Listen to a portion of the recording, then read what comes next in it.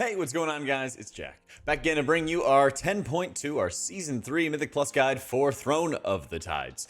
This dungeon is a Cataclysm dungeon that they brought back for the M Plus season, and they've changed a crazy amount of bosses. So if you played this back in Cataclysm and have a flawless memory, congrats! They've changed a lot. With this guide, we're going to talk about the bosses themselves and the dangers they bring, as well as some priority mobs you should be watching out for as you go through it. First and foremost, it's important to note that most of this dungeon is very linear, and there's only a couple skips that you have at your disposal. To be able to get to the first boss, you're clearing almost like 40 or 50% of the trash mobs, and some of the big priority mobs that you're going to have to deal with are some of the oracles. These are going to have some of the heal casts that are going into it, and sentinels. These are putting up these heal absorbs that you must top off as a healer while your allies are drowning. So make sure that your spot healing, prio target healing is going to be as strong as you possibly can.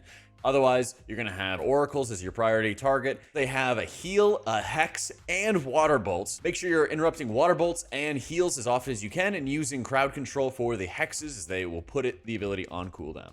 And also keep an eye out for the Ravagers, as they have a really nasty tank frontal that they'll be doing, and they're going to be spitting poison kind of all over the place. You'll be fighting a lot of these mobs as you get to the first boss. The first boss is Lady Nazjar. This boss is very simple and straightforward. She has a Focus Tempest, which is sort of like a chain lightning, which will start on one player and then cleave to multiple allies as the fight goes on. This ability you can't spread out for to be able to mitigate or anything. She's just going to pulse that damage. There's going to be the Shock Tempest that's going out on one player that's going to spit out a couple of balls, and then she's going to follow it up with more of these Focus Tempests.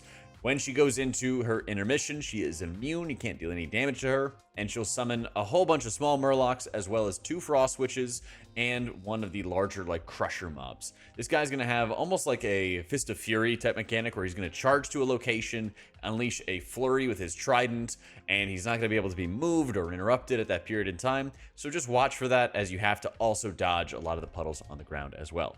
Once you get out of the intermission, you are once again going into the same mechanic. Usually you're going into 2 intermission phases, dealing with the same mechanics, and repeating from there. The fight is very straightforward with the damage that's going out. And keep in mind, as a healer, if you want to be able to save some time, save some energy, make sure that your DPS are kicking as late as possible, especially on the, I think it's like every 3 casts or so, she will then go into the next wave of Focus Tempest. So if you're extending and making sure those casts are going as long as possible, it can give you some time to have cooldowns back. Immediately after you defeat Lady Nazjar, you turn around and Commander Ulthok spawns. This boss, you want to make sure you're tanking it in the corner, as there's going to be a very specific wave of mechanics that are happening. He will start with the Crushing Claw, it's like a tank buster. Then he'll follow it up by spawning all these little bubbling fissures, these void puddles on the ground. You want to make sure everybody's stacked and moving away from him. And then immediately afterwards, he is going to start with his knockback, this Festering Shockwave.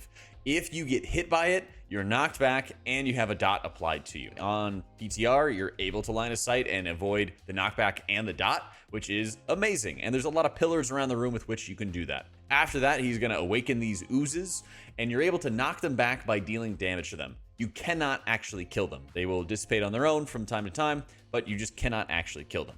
Once they have actually kind of settled down again, he's going to spawn another wave of bubbles. At that point, you want to make sure you're standing close to the last pile of void puddles, baiting them there, then going to line of sight once more for that shockwave, for that knockback. Then you're able to avoid the dot damage. Then, once the next set of bubbles spawns, keep in mind you have to be hitting them with active abilities. So Spinning Crane Kick is fantastic, Holy Nova is fantastic, but abilities like Consecrate are not going to consistently knock these mobs back. So you need some kind of active damage being done to them in order to keep them at bay and keep them really from like running wild.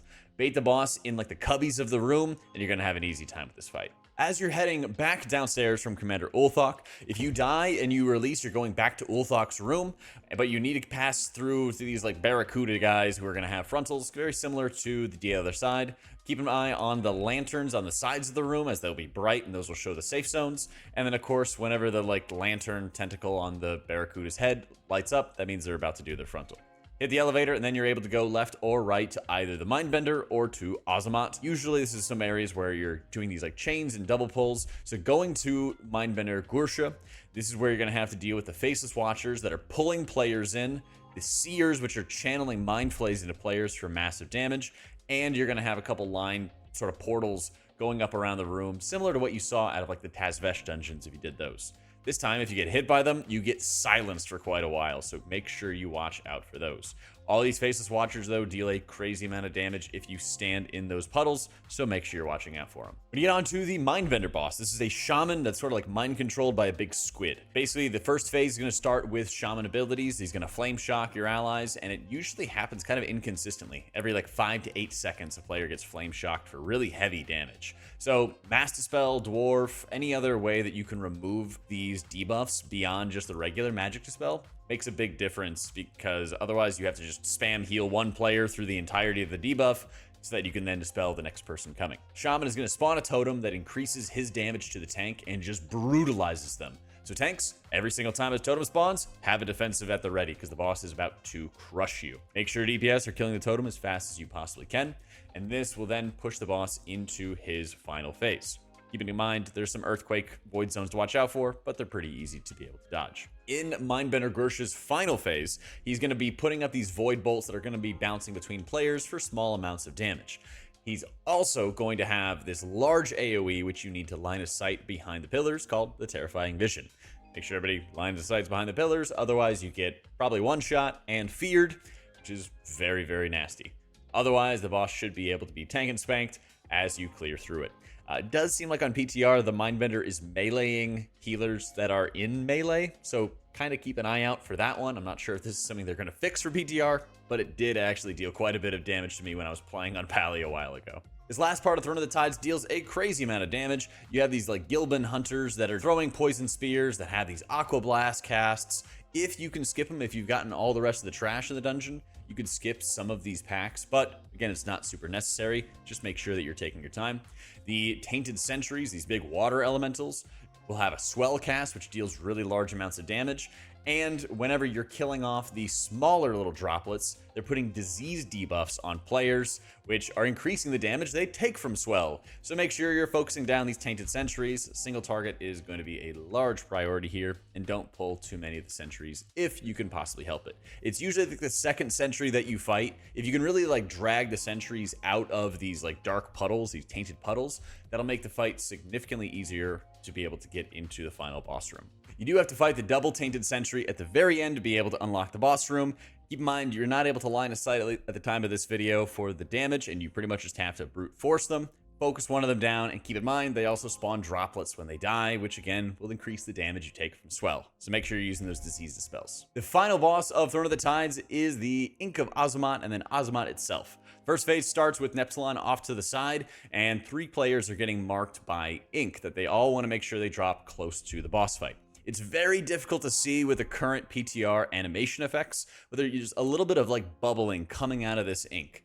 That is the epicenter for where you want to drag your light beams that are coming from Neptulon himself. It's going to target 2 players, then you want to make sure you're then immune to all that shadow damage. Soak up all that ink, make it dissipate, because it's going to continuously expand around the room if you do not.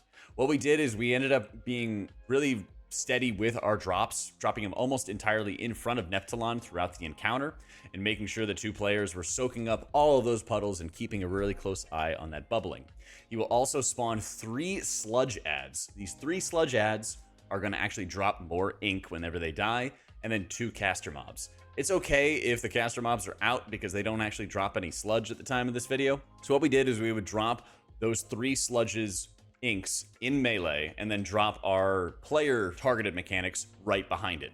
Then it made it very, very easy for our 2 players that got targeted to be able to soak up all the ink and make sure that we were killing all these mobs together, dropping the puddles together, cleaning up the mess very, very quickly. This fight can get incredibly, incredibly challenging and get away from you very quickly if you're not on top of it. And also, these puddles will continuously spawn. So when you're in that situation where you're trying to drop more sludge next to existing piles, that is the primary area where people are going to die, because they start taking ticks from the ink that's already on the ground while they're placing new ink as well. Keep in mind, when you actually kill the Ink of Azumat, this is where you're going to burn Azumat itself down. He is going to pulse the entire party with damage while Neptulon buffs you. This is really similar to like Blackrook Hold, because you actually have to use your defensives, anything that you have left, right before you get the buff and explode and become like gigantic, right?